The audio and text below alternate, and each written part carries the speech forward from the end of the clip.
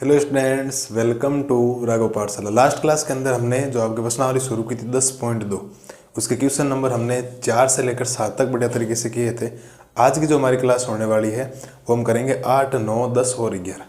2 lecture का काम हो रहा है, 12वां और 13वां अलग करेंगे। करवाने में तो साथ में एक लेक्चर में करवा दूँ, लेकिन एक 12वां क्वेश्चन बहुत बड़ा आ रखा है, थोड़ा सा लेंथी क्वेश्चन है, इसीलिए उसको करवा नहीं सकता साथ में। तो 12वां कर लेंगे और 12वें के साथ में 13वां कर लेंगे। अब इसमें कुछ क्वेश्चंस क्या होंगे, जैसे हम 4 क्वेश्चंस करेंगे, जैसे ये 8वां क्वेश्चन है। अभी इस 8वें के बाद जस्ट मैं करवाऊंगा आपको 11वां। सेम टू सेम सवाल है, केवल और केवल 1-2 बातों का फर्क है, ज़्यादा कोई दिक्कत आएगी नहीं। तो जो बातें 8वें सवाल में जो लिखनी है ना, वो की वो बातें लिखनी है 11वें सवाल में। तो मुझे 8वां और 11वां 2 बार सोल्व करवाने की जरूरत नहीं रहेगी, केवल ऊपर सवाल चेंज है, बाकी 11वां सेम टू सेम सवाल है। और राजस्थान बोर्ड में पिछले साल आ चुका है। ये सवाल इस बार बहुत इंपॉर्टेंट है सर, बहुत ज़्यादा इंपॉर्टेंट आ सकता है ये सवाल। बड़ा नॉर्मल सा चित्र आपको दे रखा है, बाकी हम चित्र बना भी सकते हैं, मैं सारी बातें आपको बता दूं। चलो शुरू करते हैं। सवाल ने बोला एक वर्त के परिगत। अब परिगत का मतलब होता है बार, वर्त के बार आपको बनाना है। इसका मतलब चतुर्भुज के अंदर वर्त है। वर्त के अंदर अगर आप चतुर्भुज बनाते हैं उसको हम चक्रीय चतुर्भुज बोलते हैं। ये 9th क्लास में आपने टॉपिक पढ़ा होगा। तो ये वर्त है, वर्त के परिगत आपने एक चतुर्भुज बना दिया ABCD। मैंने नाम दिया ABCD, किताब वाला नीचे शुरू के, बाकी आप ऊपर से दोगे नाम, कोई फर्क नहीं पड़ेगा। तो ये जो AB रेखा है इस वर्त को एक जगह प्रतिच्छेद कर रही, इस प्रतिच्छेद बिंदु को इसने नाम दिया P। BC रेखा वर्त को एक बार प्रतिच्छेद कर रही, Q नाम दे दिया। CD रेखा R पे प्रतिच्छेद कर रही है, और DA रेखा या AD रेखा S पे प्रतिच्छेद कर रही। अगर आप ध्यान से देखोगे तो ये AB इसकी स्पर्श रेखा है, लेकिन अगर आप ध्यान से इसको थोड़ा सा सोचेंगे कि अगर आपके लिए वर्त के लिए ये एक वर्त का बाह्य बिंदु है,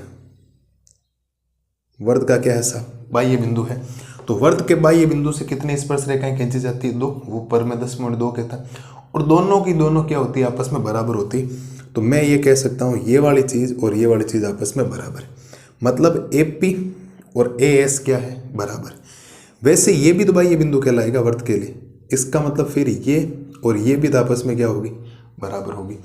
फिर ये भी तो वर्त के लिए बाह्य बिंदु है, इसका मतलब ये वाली रेखा और ये वाली रेखाएं आपस में क्या होगी, बराबर। ये भी R के लिए बिंदु है, तो फिर ये रेखाएं आपस में क्या हो जाएगी, बराबर हो जाएगी।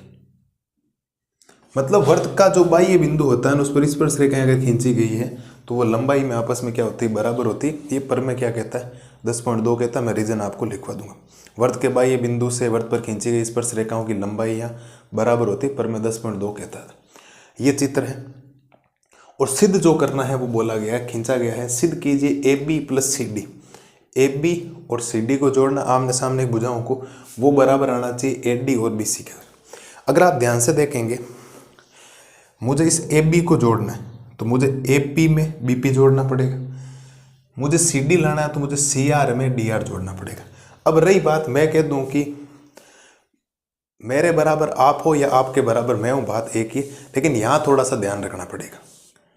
ठीक है, तो ये आपको बातें ध्यान रखनी। अब हम सवाल को शुरू करते हैं और दी गई सारी बातें लिखते हैं, कोई दिक्कत आपको आएगी नहीं, बड़ा नॉर्मल सा सवाल है सब। क्योंकि सिद्ध करने में सबसे पहले लिखा जाता है दिया गया, सबसे पहला पॉइंट यही होता है, दिया गया। दिया गया में तो एक ही बात है, ABCD एक चतुर्भुज है।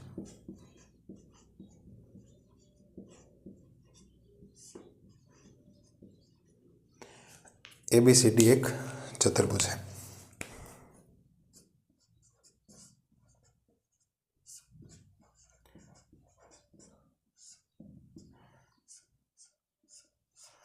इसके बाद हम लिखेंगे सिद्ध करना, और सिद्ध करने वाली बात आपको दे रखी, AB + CD बराबर AD प्लस क्या आना चाहिए, BC।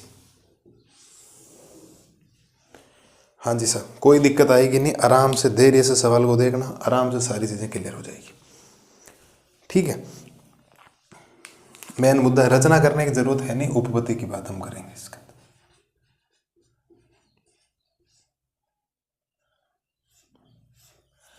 उपपत्ति की बात करते हैं, थोड़ा आप ध्यान देना सर। अब डायरेक्ट इनडायरेक्ट वे में थोड़ी सी चीजें समझना, लिखने की जरूरत नहीं, मैं आपको समझा रहा हूं।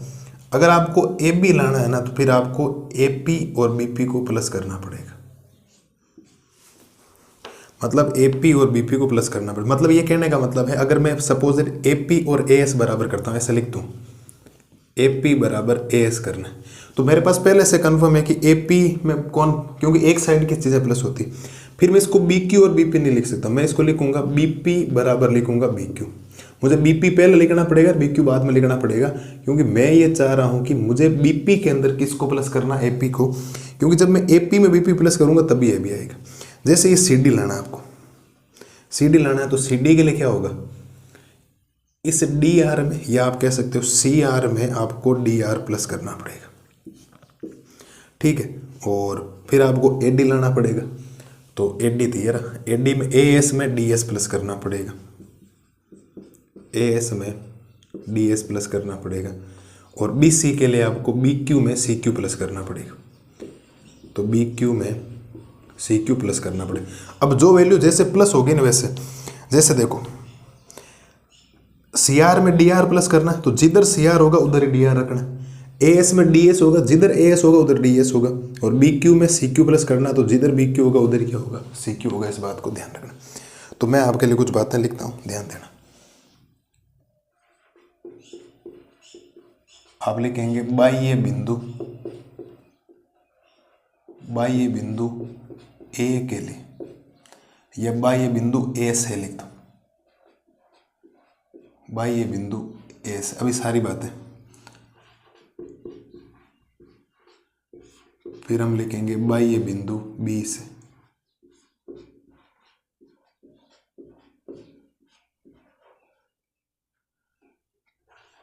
फिर हम लिखेंगे बाह्य बिंदु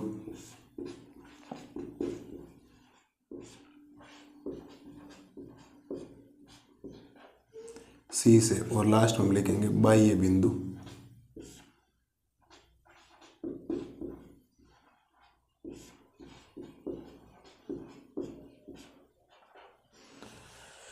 तो चार हमारे पास बाह्य बिंदु है, और वृत्त पर जो भी बाह्य बिंदु होता है उस पर स्पर्श रेखाएं जो खींची जाती है उनकी लंबाई आपस में क्या होती है, सब बराबर होती है। तो ध्यान दीजिएगा इधर।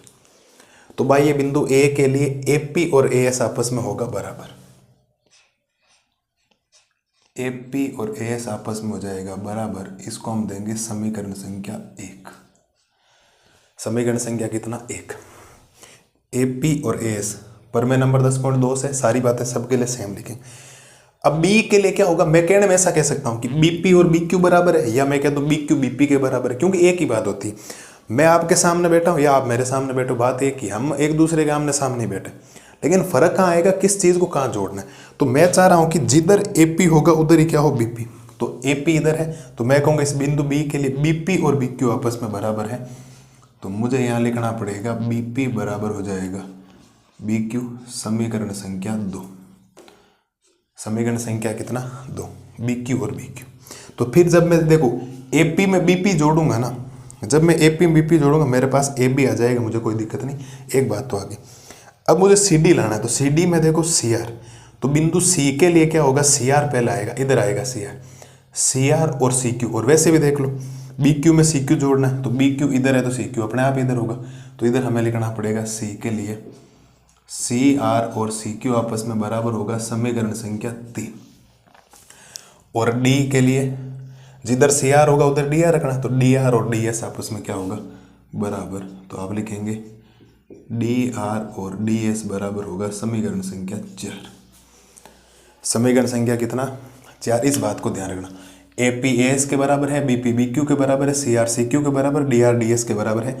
लिखने में ध्यान रखना, क्योंकि हमने अगर गलती से लिख दिया CQ बराबर CR, पहले CQ लिख दिया फिर CR लिख दिया, तो उत्तर नहीं आएगा भाई। इस बात को ध्यान रखना, इस बात को हमेशा ध्यान रखना।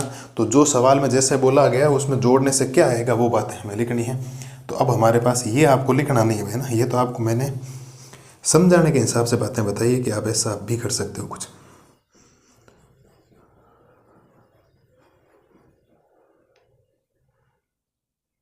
ये लो सब,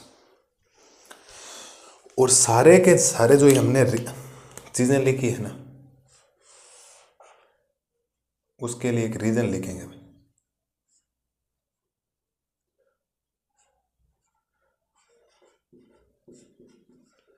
वृत्त के बाह्य बिंदु से वर्त के बाह्य बिंदु से वर्त पर खींची गई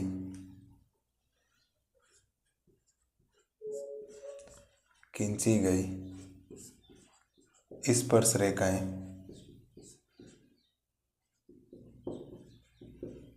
बराबर होती है।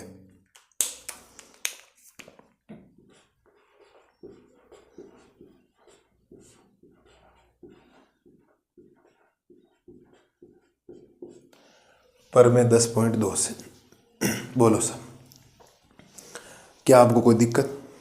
मेरे हिसाब से यहाँ तक किसी भी लाल और लाली कोई समस्या नहीं होनी चाहिए, एकदम नॉर्मल सा काम हमने की। अब सब के सब समीकरणों को जोड़ दो।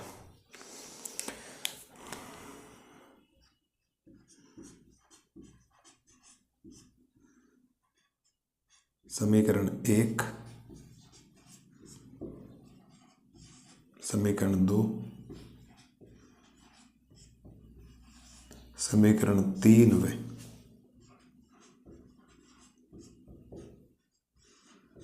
समीकरण 4 को जोड़ने। हर बच्चा ये चीजें लिख लेता है लेकिन उल्टी फुल्टी लिख देता है, ये इधर लिख देता फिर उत्तर नहीं आता है। तो ये तो पहले कंफर्म करना पड़ेगा। एपी में बीपी प्लस होगा, जिधर बीक्यू होगा उधर सीक्यू होना चाहिए, जिधर सीआर होगा उधर डीआर होना चाहिए, जिधर एएस होगा उधर डीएस होना चाहिए। अपने आप चीजें क्लियर हो जाएगी। मस्त रही आप लोग। ठीक है, अब जोड़ने का मतलब क्या होता है? बराबर के इधर वाली साइड की चीजें जुड़ेगी, बराबर के उधर वाली जुड़ेगी। तो बराबर के इधर क्या लिखा है? बराबर के इधर है AP plus BP plus CR plus DR बराबर एएस प्लस का बीक्यू प्लस का सीक्यू और प्लस का डीएस। थोड़ा ध्यान देना साहब इधर, ये दोनों चीजें क्या बनाएगी इस बात को ध्यान रखना। इस एपी में बीपी जोड़ दिया तो पूरी लाइन आ जाएगी एबी, तो इससे तो हम लिखेंगे एबी, फिर प्लस सी आर में डी आर प्लस करोगे तो टोटल लाइन आ जाएगी सी डी बराबर, और इन दोनों को ध्यान से देखो, इस ए एस में डी एस जोड़ोगे तो टोटल लाइन आ जाएगी ए डी, और इन दोनों को जोड़ोगे बी क्यू और सी क्यू को जोड़ोगे तो टोटल लाइन आ जाएगी बी सी।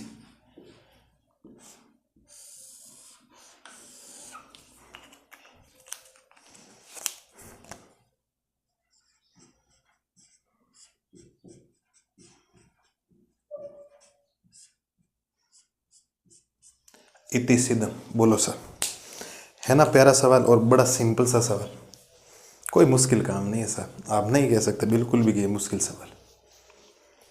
अब 11वां सेम टू सेम है, केवल थोड़ा सा आगे बढ़ेगा 1-2 लाइन और कुछ भी नहीं, क्योंकि वहां या इसने चतुर्भुज लिखा, वहां एक नाम दे दिया होगा समांतर चतुर्भुज। समांतर चतुर्भुज या समचतुर्भुज जो भी नाम दिया होगा XYZ, वो तो हम कर लेंगे, कोई समस्या नहीं। समांतर चतुर्भुज दिया, समचतुर्भुज आपको सिद्ध करना।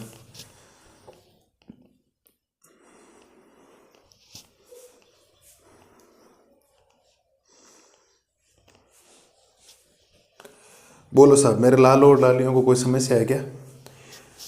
ये वर्त के लिए बाह्य बिंदु है, तो वर्त के बाह्य बिंदु से ये और ये स्पर्श रेखाएं बराबर होगी, ये और ये बराबर हो गई, ये और ये बराबर हो गई, ये और ये बराबर होगी। अब किन को किधर रखना वो आपको डिसाइड करना पड़ेगा, क्योंकि जिधर एपी होगा उधर बीपी रखना, जिधर बीक्यू होगा उधर सीक्यू रहेगा, जिधर सीआर होगा उधर डीआर रहेगा, जिधर एएस होगा उधर डीएस रहेगा।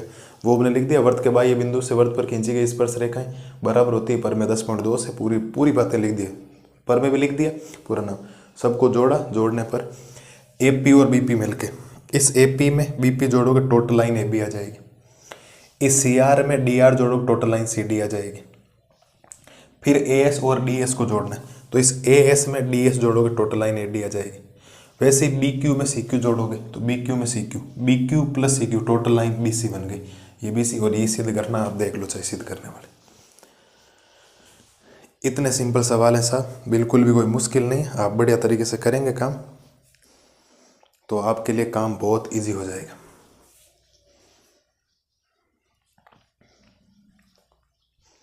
आपके लिए काम बहुत इजी हो जाएगा, आप सोच भी नहीं सकते इतना सवाल सिंपल।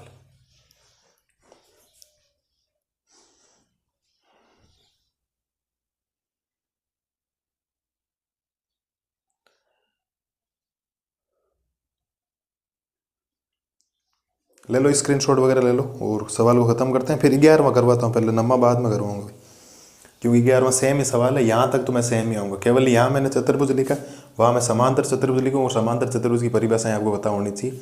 हम 7वें चैप्टर निर्देशांक ज्यामिति में पढ़ चुके हैं।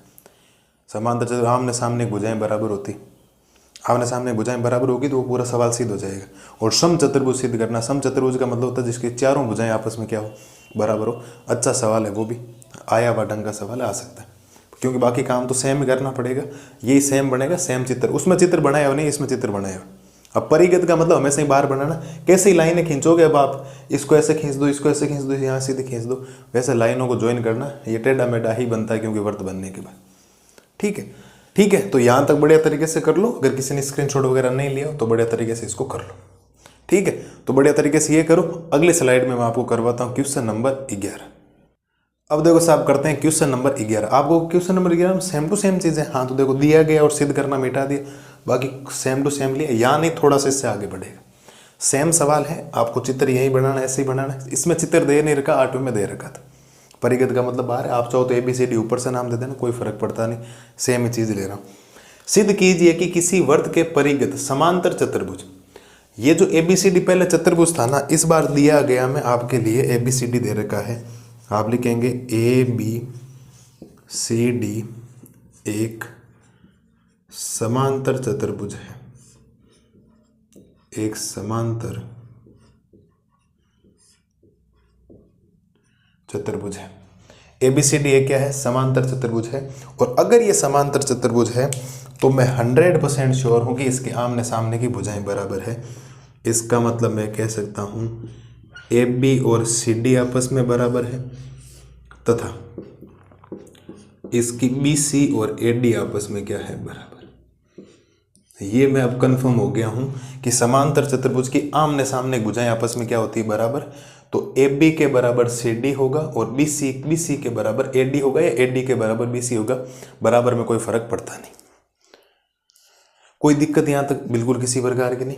समांतर चतुर्भुज सम चतुर्भुज होता है। ये जो ABCD आपका समांतर चतुर्भुज है ना, इसको सिद्ध करना है कि ABCD एक सम चतुर्भुज है। तो आपको सिद्ध करना है ABCD एक सम चतुर्भुज है। ABCD एक सम चतुर्भुज है, और सम चतुर्भुज की एक ही खास है, इसकी चारों की चारों भुजाएं आपस में क्या होती है, सब बराबर होती है। इसकी चारों की चारों भुजाएं आपस में क्या होती है, सब बराबर होती है।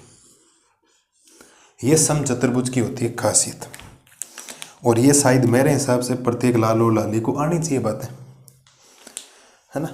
इसमें क्या दिक्कत है, इसको हमने अभी लिखा ही था सिद्ध करने वाला, AB + CD AD + BC। ये था अभी पीछे वाला सवाल। और क्या था, पहली बात तो बताओ आपको ये सिद्ध दिया हुआ और ये सिद्ध करने वाला समझ में आया नहीं है। फिर वही बात, ये बाह्य बिंदु है तो AP और AS बराबर होगी, BP और BQ बराबर होगी, CQ और CR और CQ बराबर होगी, और DR और DS बराबर होगी। ये तो आपके सामने लिखा, यहाँ तक हम आ गए थे। लेकिन अब क्या करना है, आप ध्यान दो। मैं सपोज दैट इन दो भुजाओं को बराबर कर दूं, आप समझने का प्रयास करें साहब मैं क्या कह रहा हूं। मैं अगर AB को किसके बराबर कर दूं, BC के। अब कहने का मतलब क्या, सपोज दैट कोई चार रेखाएं, एक L1 रेखा है, वो किसके बराबर है, L2 के, L2 बराबर है L3 के, L3 बराबर है L4 के।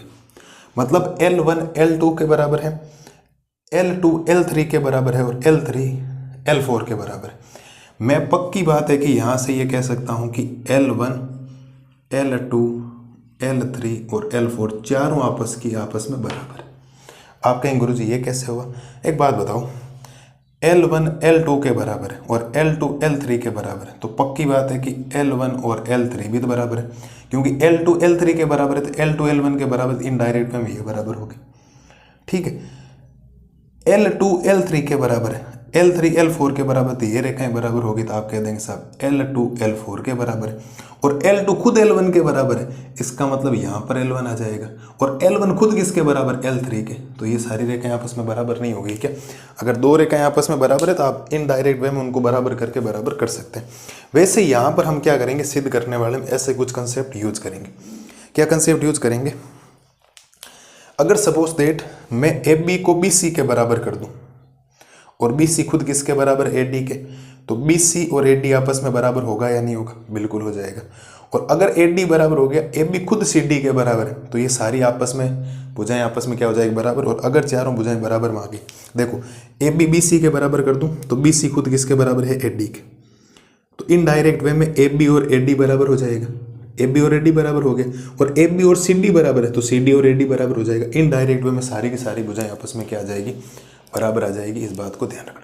अब ध्यान दो, तो यहाँ हम क्या करें, हम सोच रहे हैं AB को BC के बराबर कर दें, तो AB को तो हम रखेंगे AB प्लस CD की हमें जरूरत नहीं, तो CD को मैं रख सकता हूँ AB, ये तो सवाल में दिया हुआ है। CD को मैं क्या रख सकता हूँ, AB, तो CD की जगह हम रखेंगे AB बराबर, AD की जरूरत नहीं तो AD को हम रखेंगे BC, तो AD की जगह हम रख देंगे BC, और BC की जगह रहेगा BC। और ये कहाँ से लिखा आपने, आप लिखेंगे दिया हुआ है कि CD AB के बराबर है, और AD की जगह आप BC लिख सकते हो। और AB और AB जब जुड़ेगा तो ये बन जाएगा 2AB, क्या बनेगा, 2AB। BC और BC जुड़ेगा तो ये बन जाएगा 2BC, और 2 से 2 हम कैंसिल कर देंगे। AB किसके बराबर आ गया, BC के।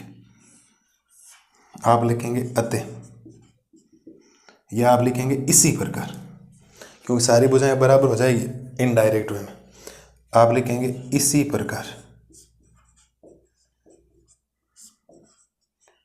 इसी प्रकार AB BC CD और AD क्या है, बराबर है।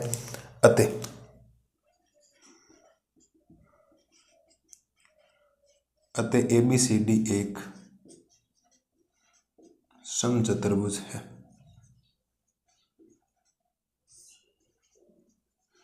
ABCD एक समचतुर्भुज है क्योंकि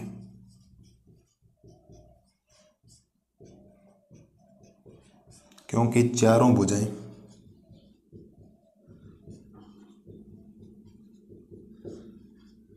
बराबर है, क्योंकि चारों भुजाएं क्या है साहब, बराबर है। ये लो साहब, कहानी खत्म, खेल हो गया खत्म। मेरे हिसाब से कोई समस्या आपको आएगी नहीं किसी भी प्रकार की।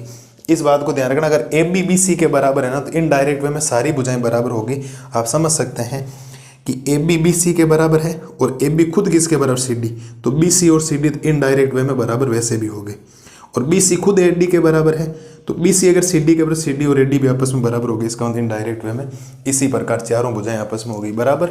और जिस चतुर्भुज की चारों भुजाएं बराबर होती उसको वर्ग भी बोला जाता है और समचतुर्भुज बोला जाता है। हमें जो पूछा गया, ऐसे तो अगर थोड़ा ज्यामिति के बारे में सोचा जाए तो हम ये कह सकते हैं कि विकर्ण भी बराबर या नहीं बराबर देखने होते हैं, लेकिन यहाँ इतना ज़्यादा सोचने की जरूरत नहीं, जितना आपको बोला गया उतना हम सिद्ध कर देंगे। और ये सवाल एकदम परफेक्ट सही है, कोई गलत करने वाला नहीं। तो सेम 8वां और 11वां सेम टू सेम है, यहाँ तक सेम ही करना था। इसके बाद CD की जगह AB रखना, क्योंकि आपको दे रखा है CD और AB बराबर है। AD की जगह आपको रखना है BC, हम इन दोनों को बराबर कर रहे हैं, ध्यान रखना शुरुआत में, ठीक है। तो AB और AB 2AB हो गया, BC और BC 2BC हो गया, 2 से 2 कैंसिल, AB बराबर BC है, और AB और BC बराबर है। इसी प्रकार सारी भुजाएं आपस में बराबर है, क्योंकि इनका कनेक्शन दिए हुए सारी चीज़ों से मिल रहा है। और जिस चतुर्भुज की चारों भुजाएं बराबर होती है उसको समचतुर्भुज बोला जाता है। बेसिक सा कंसेप्ट है जो आपको ध्यान रखना। ले लो साहब, इसका स्क्रीनशॉट वगैरह बढ़िया तरीके से ले लो। अगर आपको कोई बात समझ में नहीं आई तो बोले, ले लो साहब स्क्रीनशॉट वगैरह। अगर किसी ने नहीं लिया हो तो ले लो फटाफट, और फिर बढ़ते हैं आगे। 2 सवाल और बचे हैं, 2 हमने कर लिए, क्योंकि सेम ही काम था तो सेम ही, फिर क्यों दोबारा करवाऊँ, आपको लिखवाने से मतलब है नहीं। अभी 2 अच्छे क्वेश्चन आ रखे हैं ढंग के आपके। एक तो वो हमने 10वां सवाल तो सिंपल ही है, क्योंकि 10वां तो हमने कर रखा है कि वर्त की 2 त्रिज्याओं और 2 स्पर्श रेखाओं के बीच बने कोणों का योग क्या होता है, 180 डिग्री होता है। तो वो तो हम सिद्ध करवा देंगे, ज़्यादा कोई दिक्कत आएगी नहीं आपको किसी भी प्रकार की। ये आप कर लो, और बाकी तो ज़्यादा कोई दिक्कत नहीं। नम्मा भी सिंपल ही है, आप बेहतरीन तरीके से आपको समझ में आ जाएगा। बोलो साहब, बोलिए साहब, बोलिए फटाफट।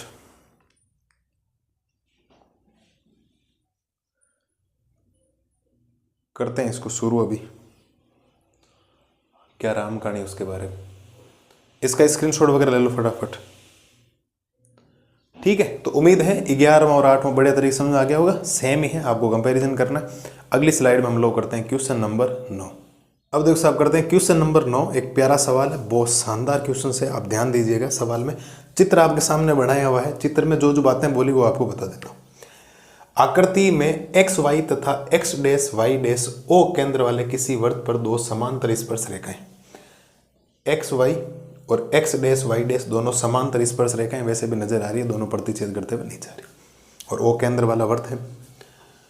और स्पर्श बिंदु सी पर, स्पर्श बिंदु सी पर स्पर्श रेखा ए बी, इस पे एक स्पर्श रेखा ए बी और बनाएंगे जो वृत्त को कहां पर प्रतिच्छेद करेगी, सी बिंदु पर।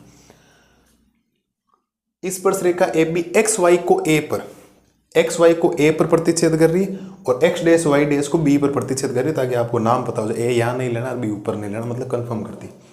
सिद्ध कीजिए कि कोण ए ओ बी बराबर 90 डिग्री। और कौन से कोण की बात कर रहा है, थोड़ी सी नजर घुमाइए आप लोग तो आपको पता लगेगा कि साहब ये इस कोण की बात कर रहा है। ए ओ बी मतलब इस वाले कोण की, इस वाले कोण की, इस कोण को लाना है 90 डिग्री। दिखने में 90 डिग्री लग रहा है, देख लो ये एल नजर आ रहा है आपको, समकोण त्रिभुज नजर आ रहा है, लेकिन मैथमेटिक्स ये कहती है कि सब जो चीजें दिखती हैं वो नहीं, आप तो सिद्ध करके बताओ फिर हम मानेंगे। तो कर देंगे सिद्ध, क्या दिक्कत है। ठीक है, तो सबसे पहला सवाल है आपके लिए,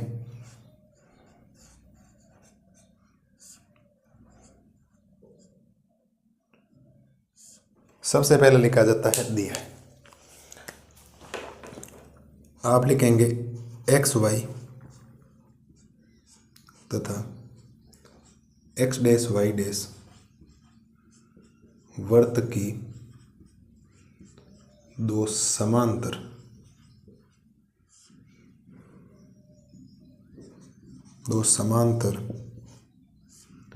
स्पर्श रेखाएं हैं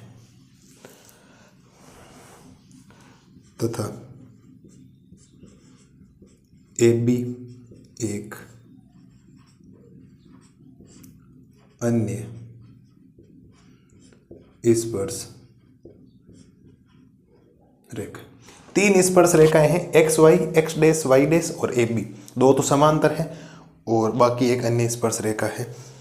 ठीक है सर, चलिए कोई दिक्कत नहीं। और ये समांतर है तो मैं इसको ऐसा लिख सकता हूं कि एक्स वाई समांतर है एक्स डैश वाई डैश के, है ना। अगर आपको वाई थोड़ा सा कम समझ में आया तो वाई पूरा वैसे ही बना देता हूं, जैसा होता है वैसे ही बना देते हैं, क्या दिक्कत है।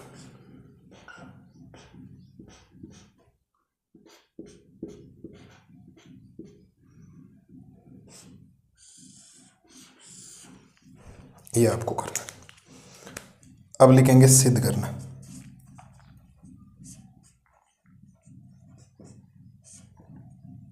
क्या लिखेंगे साहब, सिद्ध करने में एक छोटी सी बात आपसे पूछी गई है कि कोण ए ओ बी बराबर 90 डिग्री। कोण ए ओ बी बराबर कितना साहब, 90 डिग्री, है ना। मैं यहाँ उपपत्ति लिखूंगा वैसे भी, बट रचना की जरूरत पड़ेगी तो रचना आपको करनी पड़ेगी, कोई दिक्कत नहीं, है ना। सवाल है सिंपल, बट थोड़ा सा आपको सोचना पड़ेगा कि सर करना क्या एक्चुअल में। बताइए साहब, ए ओ बी 90 डिग्री लाना है तो क्या करना है, बोलो साहब।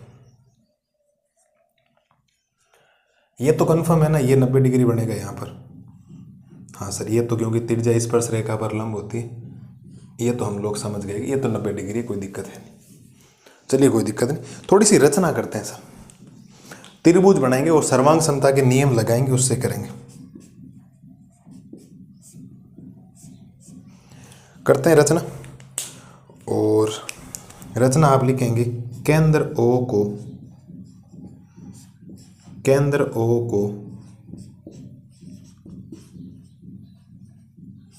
बिंदु सी से मिलाएं। केंद्र ओ को बिंदु सी से मिलाएं। मुझे नहीं लगता साहब कोई दिक्कत आपको आएगी किसी भी प्रकार की। बोलो, ये हम मिला रहे हैं, अभी मिलाना भी तो पड़ेगा ना आपको, तो हम इसको मिला रहे हैं, कोई दिक्कत नहीं। मिलाने वाला काम कोई ज़्यादा झंझट वाला है नहीं।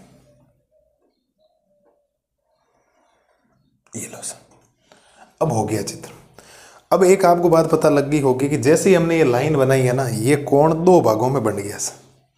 कितने भागों में बंट गया है? दो भागों में बंट गया है। और दो क्या, अगर मैं थोड़ी सी ऊपर बात करूं तो यहाँ एक कोण और बन गया, यहाँ एक कोण और बन गया। तो हम कुछ नामकरण देंगे कोणों के, मैथमेटिक्स में नाम देते हैं ताकि सिंपल रहे। नाम दे देते हैं साहब, यहाँ एक, यहाँ दो, यहाँ तीन, यहाँ चार, यहाँ पाँच और यहाँ छः। अगर आप इस कोण की बात करेंगे ना जो आपको सिद्ध करना है, अगर मैं इस सवाल को इनडायरेक्ट वे में थोड़ा सा सोचूं आपके लिए, तो मुझे काम करना है कोण 3 और कोण 4 को कितना सिद्ध करना है साहब? 90 डिग्री। एक ही बात है इस चीज़ का, सॉरी 2 और 3 है ना,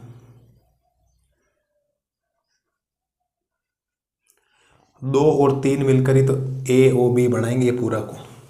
शक्लें साफ सी सिंपल सी नजर आ रही। अब कैसे? अब आपने पिछले साल एक 9th में पढ़ा होगा, अगर ये सपोज दैट ऐसे रेखा आ रही, यहाँ एक ऐसे रेखा जा रही और फिर एक रेखा और आ रही, तो ये जितने भी कोण यहाँ बन रहे हैं ना, इन कोणों का योग होता है 180 डिग्री। एक सरल रेखा के ऊपर जितनी भी कोण बने उनका योग 180 डिग्री होता है। या तो इनको सरल कोण बोल दो, या आपने पिछले साल इनको नाम दिया होगा रैखिक युग्म कोण। रैखिक कोण युग्म या रैखिक युग्म कोण एक ही बात है, लीनियर पेयर एंगल्स होते हैं, उनको आपको सिद्ध करना है। तो अगर मैं बात करूं ढंग से, तो मैं ये कह सकता हूं कि कोण 1, कोण 2, कोण 3 और कोण 4 ये एक रेखा के ऊपर बन रहे हैं और इनका योग कितना होना चाहिए? 180 डिग्री। अब 180 डिग्री होना चाहिए, तो 1 को मैं 2 के बराबर कर दूं तो 1 की जगह मैं 2 रख दूंगा, बिल्कुल। और 3 को मैं 4 के बराबर कर दूं तो 4 की जगह 3 रख दूंगा, तो 2 कोण 2 हो जाएगा, 2 कोण 3 हो जाएगा। 2 कॉमन लोगे तो 2 180 भाग जाएगा 90 आ जाएगा। कुछ ऐसा कंसेप्ट आपको करना पड़ेगा। और किसी कोण को और किसी भुजाओं को बराबर करने का एक ही नियम है, सर्वांग समता के नियम, इसके अलावा कुछ भी नहीं हो सकता, ध्यान रखना। तो हमारे पास 2 त्रिभुज आएंगे साहब। तो पहली बात तो मेरे पास कुछ 2 बातें आपको लिखनी पड़ेगी। आप लिखेंगे चूंकि OP लंब है XY पे तथा और OQ लंब है X डैश Y डैश पे, ये तो लंब है और रीजन हो जाएगा, ठीक है। रीजन नीचे लिख देता हूं, ये हो गया। इसका मतलब ये हो गया कि कोण 5 और कोण 6 बराबर है और दोनों की वैल्यू हो जाएगी 90 डिग्री।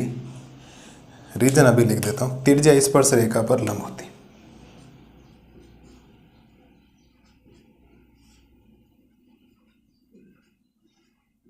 त्रिज्या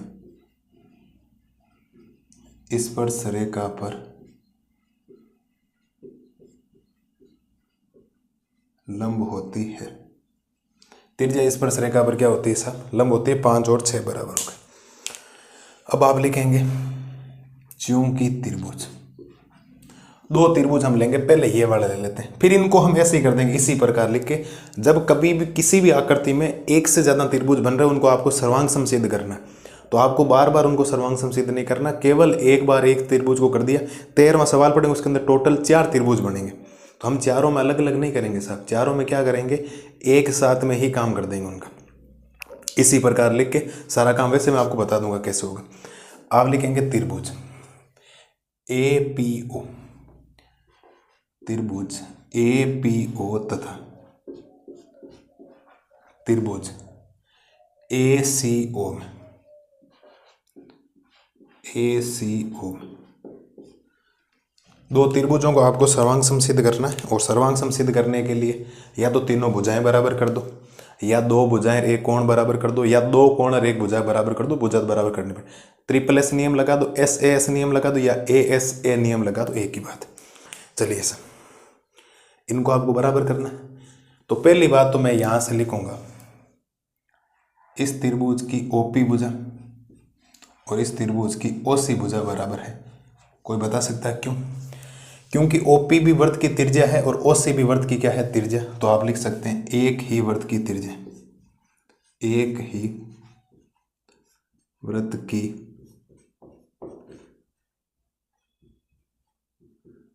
त्रिज्या, और एक ही वृत्त की त्रिज्या आपस में क्या होती है, बराबर होती है। चलिए साहब बढ़िया, ये हो गया बिल्कुल। मैंने एक जगह और गड़बड़ कर दी, मेरे को इसको कॉमा में लिखना चाहिए था, कॉमा अब लिखना चाहिए था तथा। ये भी तो लंब इसके ऊपर लंब है, त्रिज्या स्पर्श रेखा पर लंब होती है, तो ओसी लंब है किसके ऊपर, ए बी के ऊपर। और अगर ऐसा है तो फिर कुछ कोण और चेंज होंगे, नाम आपको नए और लेके आने पड़े। जैसे इसके चारों तरफ दो कोण और बन जाएंगे, ये 7 बन जाएगा, ये 8 बन जाएगा। इसका मतलब मैं ये कह सकता हूँ कि कोण 5, कोण 6, कोण 7, कोण 8 बराबर है 90 डिग्री, सारे के सारे 90। तो मैं यहाँ से एक और कह सकता हूँ कि इस और इस त्रिभुज में कोण 5 और कोण 7 आपस में बराबर है, और दोनों की वैल्यू 90 डिग्री हो जाएगी। ऊपर लिख चुका हूँ सारे बराबर है, इस त्रिभुज का 5 और इस त्रिभुज का 7। और तीसरा मैं लिख सकता हूँ कि ओ ए और ओ ए बराबर है। ये कौन सी भुजा है साहब, आपकी उभयनिष्ठ भुजा। कौन सी भुजा है साहब, उभयनिष्ठ भुजा। मुझे नहीं लगता कोई दिक्कत है। देखो इस त्रिभुज की ओपी और इस त्रिभुज की ओसी भुजा बराबर है, क्योंकि दोनों वृत्त की त्रिज्याएं, वृत्त पर स्थित किसी बिंदु को वृत्त के केंद्र से मिलाने वाला रेखाखंड त्रिज्या कहलाती। फिर 5 और 7 बराबर है, क्योंकि त्रिज्या स्पर्श रेखा पर लंब होती है 90 डिग्री। और ओ ए ऐसा है जो इस त्रिभुज में भी काम आ रहा है, इस त्रिभुज का इसका मतलब ये उभयनिष्ठ भुजा है। ठीक है, तो आप लिखेंगे अतः एस ए एस सर्वांग समता नियम से, एस ए एस सर्वांग समता नियम से, और एस ए एस सर्वांग समता नियम से त्रिभुज ए पी ओ सर्वांग सम त्रिभुज हो जाएगा ए सी ओ के। और दो सर्वांग सम त्रिभुजों के संगत भाग बराबर होते हैं, तो इस त्रिभुज का एक और इस त्रिभुज का 2 कोण क्या हो जाएगा, बराबर। तो हम लिखेंगे कोण 1 और कोण 2 बराबर है, और रीजन लिखने के लिए हमारे पास हो जाएगा by C P C T. Reason क्या हो जाएगा साहब, by C P C T. मुझे नहीं लगता कोई समस्या वाला काम यहाँ तक है। सर्वांग सम त्रिभुज सिद्ध करने थे। अब सर्वांग सम के बारे में आपको बेसिक नॉलेज मैंने पहले सवालों में दे दिया था, एग्जाम्पल को उसमें बता दिया, तो यहाँ आपको करना पड़ेगा साहब, दूसरा ऑप्शन है नहीं। ठीक है, ये आपने कर दिया। और अब आप लिखेंगे इसी प्रकार, क्या लिखेंगे, इसी प्रकार ये दोनों त्रिभुज भी सर्वांग सम है। इनका नाम क्या है, सर्वांग सम के लिए मैं ये कह सकता हूँ कि बी क्यू ओ। तो त्रिभुज बी क्यू ओ सर्वांग सम है त्रिभुज बी सी ओ के। क्या हो जाएगा, बी सी ओ के। और दोनों सर्वांग सम त्रिभुजों के संगत भाग बराबर होते हैं, तो इसका संगत भाग 4 और इसका क्या है 3। तो हम कह सकते हैं कि 4 किसके बराबर है साहब, कोण 3 के, कोण 3 के। और ये भी रीजन हो जाएगा by C P C T. पहली बात तो आप यहाँ तक नज़र दौड़ाइए साहब, कोई दिक्कत है क्या, बेसिक सा नॉलेज है जो आपको ध्यान रखना। आपको त्रिभुज बना दिया, कोण हमने दे दिया 1 2 3 4 5 6 7 8, जितने कोण बन रहे, इन दोनों त्रिभुजों को सर्वांग सम कर दिया। कैसे किया, ये और ये भुजा एक ही वृत्त की त्रिज्या 5 और 7 बराबर 90 डिग्री। फिर ओ ए और उभयनिष्ठ भुजा, ऐसे सर्वांग समता नियम लगा। जैसे ये सर्वांग सम है वैसे ये सर्वांग सम होगा। क्यों, ये वाली भुजा इसके बराबर एक ही वृत्त की त्रिज्या 6 और 8 बराबर 90 डिग्री, और ओ बी के बराबर उभयनिष्ठ भुजा। तो आपको सिद्ध नहीं करना। इसी प्रकार ये दोनों त्रिभुज सर्वांग सम हो गए। सर्वांग सम त्रिभुजों के संगत भाग बराबर होते हैं, तो 4 3 के बराबर, ये 3 4 के बराबर। आप चाहो तो पहले ये त्रिभुज ले लो फिर ये ले लो, पहले ये लिया तो पहले ये आएगा फिर बाद में ये आएगा। ठीक है, अब आप लिखेंगे चूंकि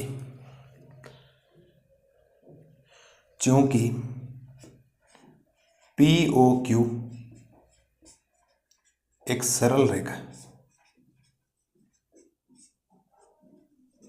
क्योंकि POQ क्या है, सरल रेखा है, अतः क्या लिखेंगे आप लोग, अतः कोण 1 प्लस कोण 2 प्लस कोण 3 प्लस कोण 4, इन सब का योग कितना हो जाएगा साहब, 180 डिग्री।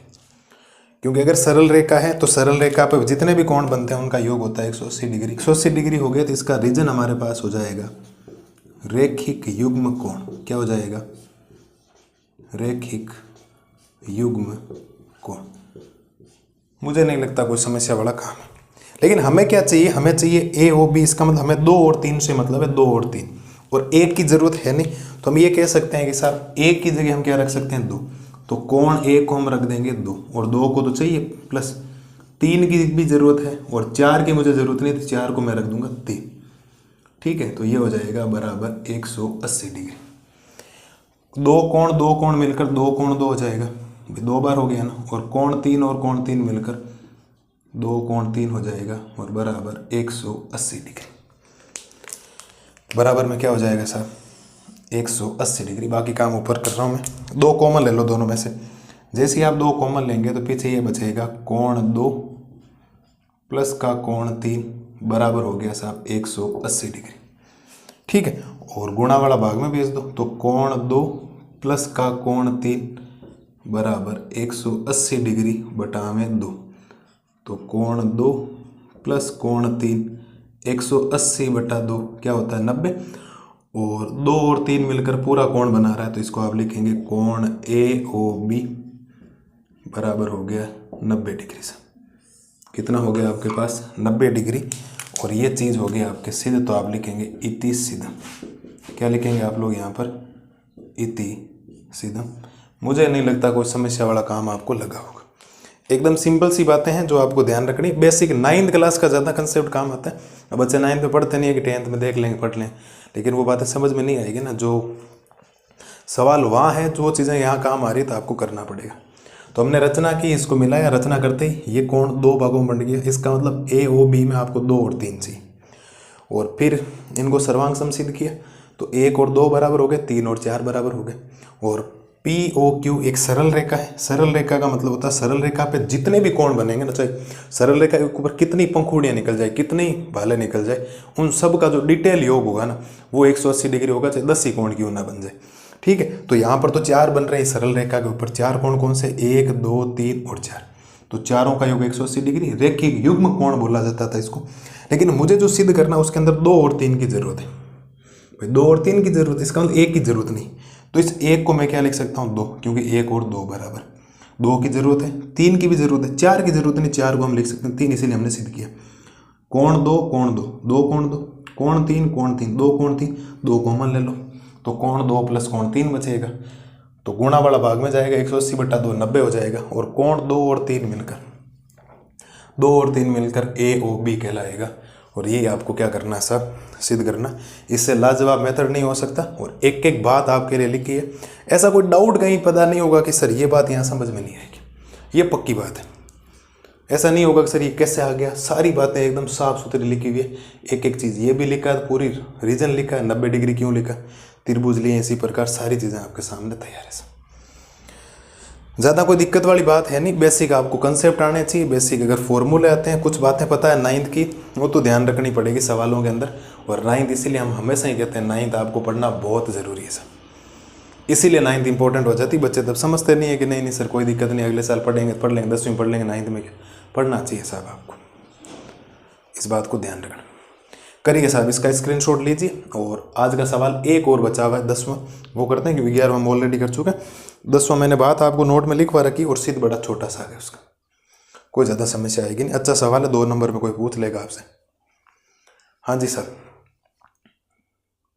ले लो स्क्रीनशॉट वगैरह ले लो फटाफट, इसका ले लो साहब, ले लो स्क्रीनशॉट। ठीक है, तो उम्मीद है 9वां सवाल भी बेहतरीन तरीके से क्लियर हो गया होगा। तो बढ़िया तरीके से ये करो। अगली स्लाइड में हम लोग करते हैं क्वेश्चन नंबर 10। अब देखो साहब, करते हैं क्वेश्चन नंबर 10। क्वेश्चन नंबर 10 में बोला गया है, सिद्ध कीजिए कि किसी बाह्य बिंदु से किसी वृत्त पर खींची गई स्पर्श रेखाओं के बीच का कोण। बाह्य बिंदु से दो स्पर्श रेखाएं खींची जाएगी वैसे, तो वही बनेगा। वहां पर आपको क्या बनाना, कोण बनाना है। के बीच का कोण स्पर्श बिंदुओं को मिलाने वाले रेखाखंड द्वारा अंतरित कोण का संपूरक होता है। क्या मतलब होता है संपूरक का? संपूरक का मतलब होता है 180 डिग्री। भाई संपूरक का सीधा सिंपल सा मतलब होता है 180 डिग्री। तो वो आपको मैंने बात लिखवा रखी है कि दो वर्त की दो त्रिज्याओं और दो स्पर्श रेखाओं के बीच बने कोणों का योग 180 डिग्री होता है। तो उसी बात को आज आपको सिद्ध करके ही बताना। ठीक है साहब, थोड़ा ध्यान देना। वर्त ढंग का बनाता हूँ, थोड़ा सा अच्छा नहीं बना।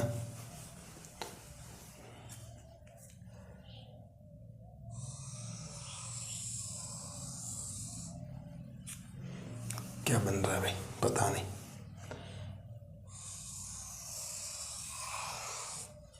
ओके सर, बन गया। अच्छा ठीक है, जैसा बना वैसा। और ये है वर्त का केंद्र। ठीक है, और वर्त के केंद्र में यहाँ वर्त के एक बाह्य बिंदु स्थित है यहाँ पर, जिसको हम पी नाम देंगे। तो इस बाह्य बिंदु से एक स्पर्श रेखा यहाँ खींची जाएगी। बिल्कुल सर।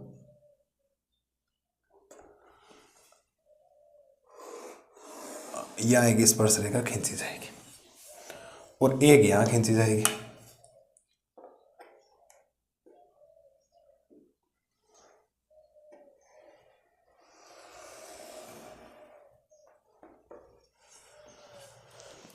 ठीक है, एक यहाँ पर खींच दी और एक ये यहाँ पर प्रतिच्छेद कर रही है, इसको ए नाम दे देते हैं। एक ये यहाँ प्रतिच्छेद कर रही है, इसको बी नाम दे देते हैं। और त्रिज्या और केंद्र को मिला दो, क्योंकि मिलाना पड़ेगा, केंद्र पर अंतरित कोण है। ये मिला दिया, एक ये मिला दी। ये लो साहब, यहाँ तक मेरे हिसाब से कहानी आपको पकड़ में आ जानी चाहिए। हम क्या करने वाले हैं, जो चीज़ें दी गई थी, अब कहाँ का कोण बन रहा है उस कोण को मैं नाम देता हूँ। ये केंद्र ओ है, ध्यान रखना। क्या कह रहा है देखो, सिद्ध कीजिए कि किसी बाह्य बिंदु से किसी वर्त पर खींची गई स्पर्श रेखाओं के बीच का कोण। तो स्पर्श रेखाओं के बीच का कोण ये ऐसा, जिसका नाम है ए पी बी। स्पर्श बिंदुओं को मिलाने वाले रेखाखंड द्वारा अंतरित कोण का संपूरक होता है। इनको केंद्र से मिलाने वाला है, तो यहां पर हमने मिला दिया। अब इसका क्या होता है, संपूरक होता है ये वाला कोण। मतलब अगर बात करें, दिया गया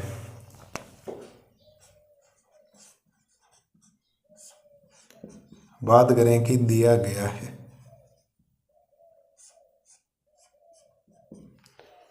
तो दिया गया क्या में, आप एक बार देखो क्या दिया गया। तो देखो लिखते हैं दिया गया, जो भी आपके पास दिया गया वो हम लिख देते हैं। और सिंपल सा ही सवाल है, ज़्यादा कोई दिक्कत है नहीं।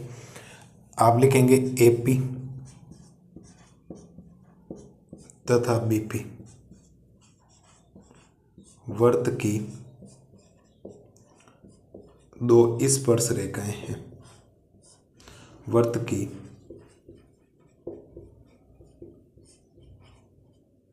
दो स्पर्श रेखाएं, ये आपको दिया गया। अब आपको करना है इसको सिद्ध। तो आप लिखेंगे सिद्ध करना।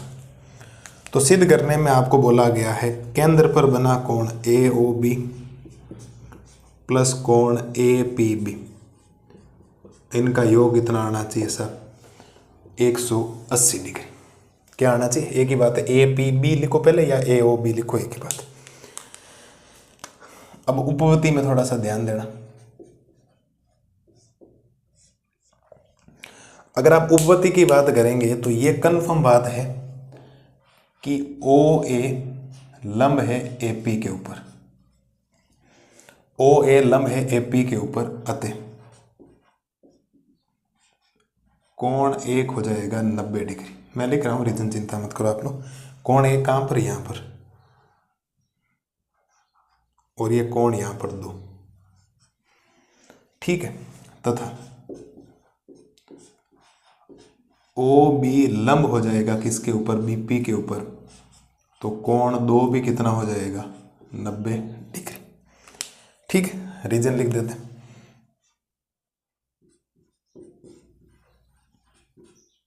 त्रिज्या स्पर्श रेखा पर लंब होती है। यहां पर भी same reason,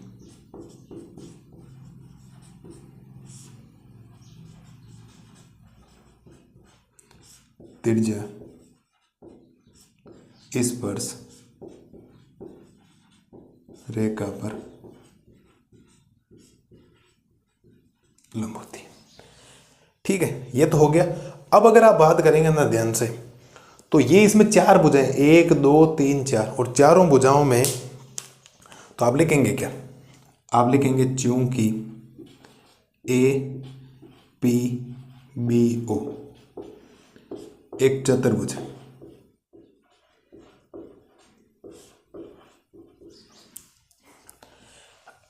A P B O एक क्या है? चतुर्भुज है।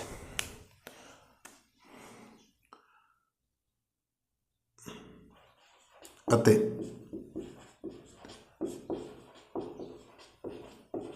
हम जानते हैं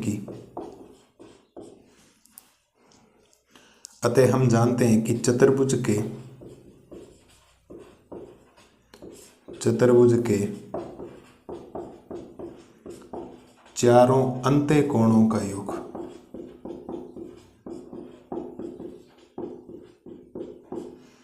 कोणों का योग 360 डिग्री होता है। और अगर चारों अंत्य कोण बन रहे हैं तो कौन कौन से रहे हैं? वो पहले ए से शुरू कर रहे हो तो ए पे कौन सा कोण बना? कोण 1 बना, उसको हम ए ही नाम देंगे। ए पे कोण 1 प्लस, फिर पी पे आओगे तो पी को पूरा नाम देंगे ए पी बी प्लस, फिर बी पे आओगे तो कोण 2 नाम देंगे, फिर ये वाला ए ओ बी बराबर 360 डिग्री। यहां तक आप आते हैं, समझ लें। मेरे हिसाब से जो चीज सिद्ध करने में कोई दिक्कत ही नहीं। ये ओ ए लंब है ए पी के ऊपर, तो कोण 90 डिग्री हो जाएगा, त्रिज्या स्पर्श रेखा पर लंब होती। और ओ बी लंब है बी पी के ऊपर, तो कोण 90 डिग्री हो जाएगा, त्रिज्या स्पर्श रेखा पर लंब होती। और चार भुजाओं वाला चतुर्भुज बोला जाता है। तो ए पी बी ओ एक चतुर्भुज है, और चतुर्भुज के जो चारों अंत्य कोण आपको नजर आ रहे हैं उनका योग कितना होता है? 360 डिग्री होता है। तो सबसे पहले कोण 1, फिर ए पी बी प्लस, फिर कोण 2, फिर ए ओ बी, क्योंकि ये तो हमें पूरे लिखने पड़ेंगे। अब कोण 1 का मान आपके पास है 90 डिग्री, बिल्कुल सा, प्लस कोण ए पी बी, फिर कोण 2 भी कितना है? 90 डिग्री, और फिर प्लस कोण ए ओ बी बराबर हो गया 360 डिग्री। ये हो जाएगा कोण ए ओ बी पहले लिख दूं, फिर ए पी बी लिख दूं, और 90 और 90 मिलकर हो जाएगा 180 डिग्री बराबर 360। तो कोण ए ओ बी प्लस कोण ए पी बी बराबर 360, प्लस का 180 उधर जाएगा, माइनस का 180। ठीक है, तो कोण ए ओ बी प्लस का कोण ए पी बी बराबर 360 में से 180 डिग्री जाएगा, तो कितना बचेगा साहब? 180 बचेगा। और ये बात आपने कर दी है सिद्ध।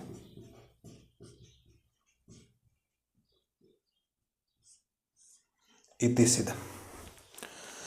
बोलो मेरे लालो और लालियो, कोनो दिक्कत किसी भी बच्चे को?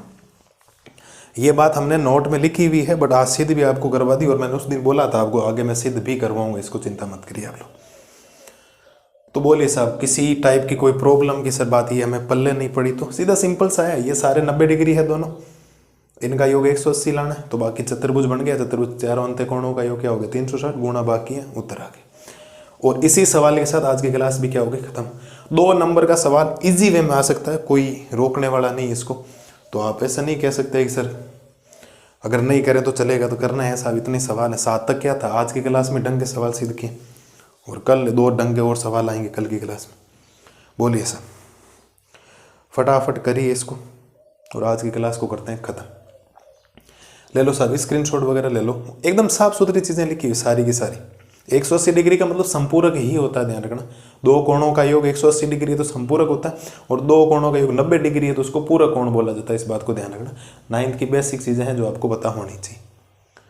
तो ये लो साहब, क्वेश्चन नंबर 10 आपके सामने है हाजिर, और एकदम बेसिक सा सवाल है जो आप कर सकते हो। ठीक है, तो उम्मीद है आज की क्लास के चारों सवाल आपको पसंद आए होंगे और बढ़िया तरीके से समझ में आए होंगे। रिवीजन कीजिए, कल की क्लास में 10.2 को खत्म कर देंगे और 10वां चैप्टर भी क्या हो जाएगा खत्म। मिलते हैं कल की क्लास में, तब तक मस्त रहिए, स्वस्थ रहिए। Thank you.